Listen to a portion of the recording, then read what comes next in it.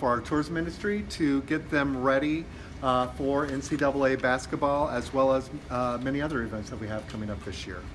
What are your concerns, Patrick? I know we've had some issues before. When this event comes to town, a huge influx of people in downtown Buffalo.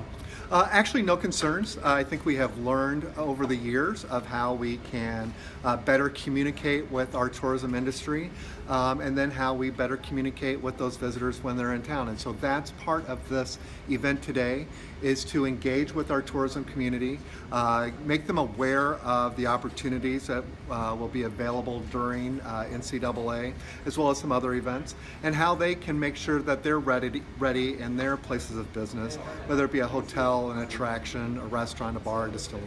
So for these games, there's a concerning, maybe that's the wrong word, but a 90-minute window where all these games, are coming in, letting out, and a 90-minute window for a lot of people to flood downtown Buffalo. That's been a problem in previous years. What's being done? Well, and actually 90 minutes is the best case scenario too. If the first two games happen to have an overtime, that cuts off on that 90-minute window of time, because the second session has to start right at that beginning time, because we're going live from Buffalo on CBS. So it's really all about that communication again. Finding out through our tweet team and our volunteers what restaurants have availability or that have tables, getting people from the arena to those restaurants through whatever mechanisms it might be, taxi cab, on foot, using the NFTA. So it's really all about communication, and then as well making sure that those restaurants, those bars, know the time frame that they have to get people in and out. Well, isn't it problematic? I just thought of this. They can't eat it inside the arena because the fans have to physically leave the arena. So that takes one of the food options off the table. Absolutely, because it's a ticketed event. Not everybody has tickets for all of the sessions, so you need to get everybody out. They need to refresh the stadium as well, and so they need to go in and clean up a little bit. But it's got to get 19,000 people out of the arena and then back in about 90 minutes. We've had these events here before. What do you think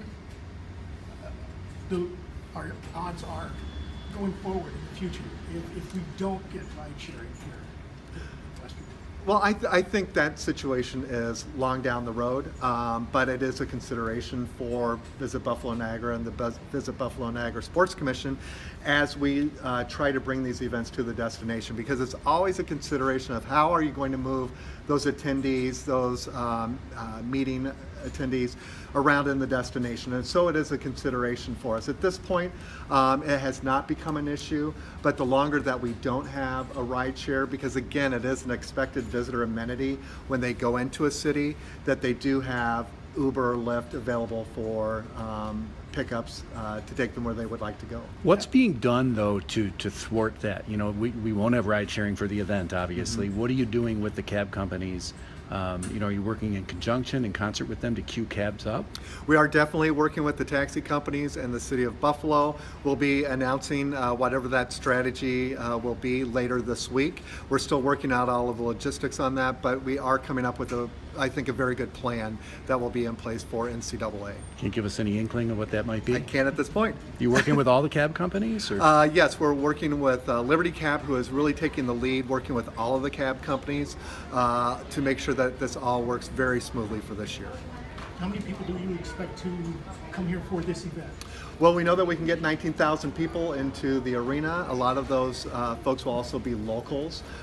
So it's a big number. It also depends on what teams we are assigned on Selection Sunday and where they're coming from. So fingers crossed that we do get Syracuse. They always help us pack the place. And even if they lose, the fans do stick around for the rest of the game. So it's always great when we do have Syracuse in the mix. Big picture, what does this mean for Buffalo?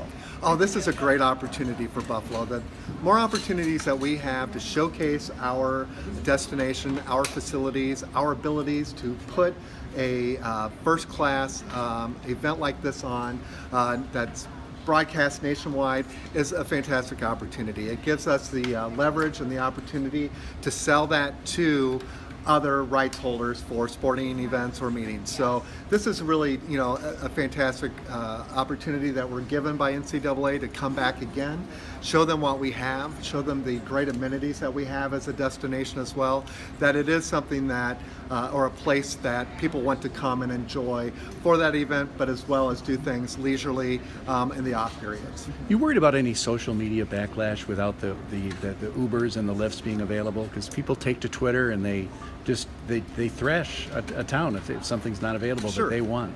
Well, and that's where we're going to be very prepared for that. I think we learned off of the NHL draft because that was one of the hiccups that took place with that event this past June. But we're going to be prepared for that with our tweet team. We're going to be pushing out whatever the transportation opportunities are for all of those people coming from out of town that will not have a car, and so we're just going to be countering that. We're also going to be asking those folks to engage with us to help try to bring Uber and Lyft to our destination. We've been out with a very strong campaign locally.